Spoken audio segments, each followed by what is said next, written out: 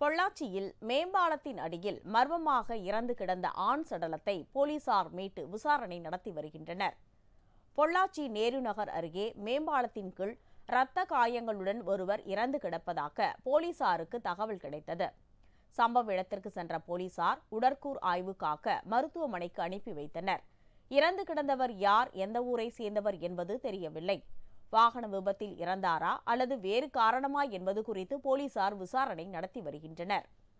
இதனிடையே மதுரை மாவட்டம் திருமங்கலம் அருகே லாரி ஓட்டுநர் மர்மமான முறையில் இறந்து கிடந்தார்.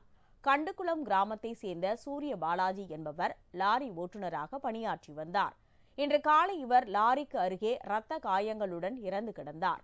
அவர் லாரியின் மேல் ஏறி தார்பாயை சரி செய்யும் போது அருகே மின்கம்பி உரசியதால் மின்சாரம் தாக்கி இறந்திருக்கலாம் என சந்தேகிக்கப்படுகிறது. இது தொடர்பாக போலீசார் விசாரணை நடத்தி வருகின்றனர்.